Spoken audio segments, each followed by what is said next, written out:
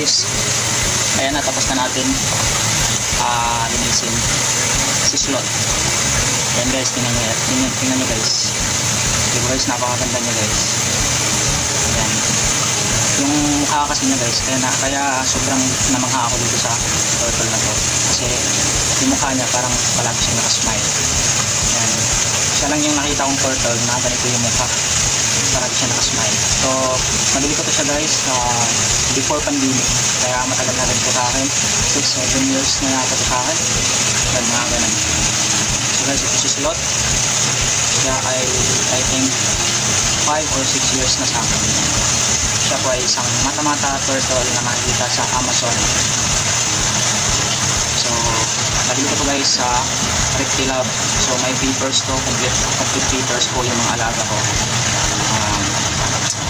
Pag bibili kayo ng mga ganito guys, dapat yung kayo bumili sa respetadong sealer. Yung meron capable talaga sila magbigay ng mga papers para hindi kayo magkakaproblema sa alaga nyo, hindi kayo sisitahin ng DNR kasi merong papel yung mga alaga nyo. Meron na rin tong CWR, kompleto na rin yung papel ng mga alaga mo. So ito si slot, yung aking mata-mata turtle.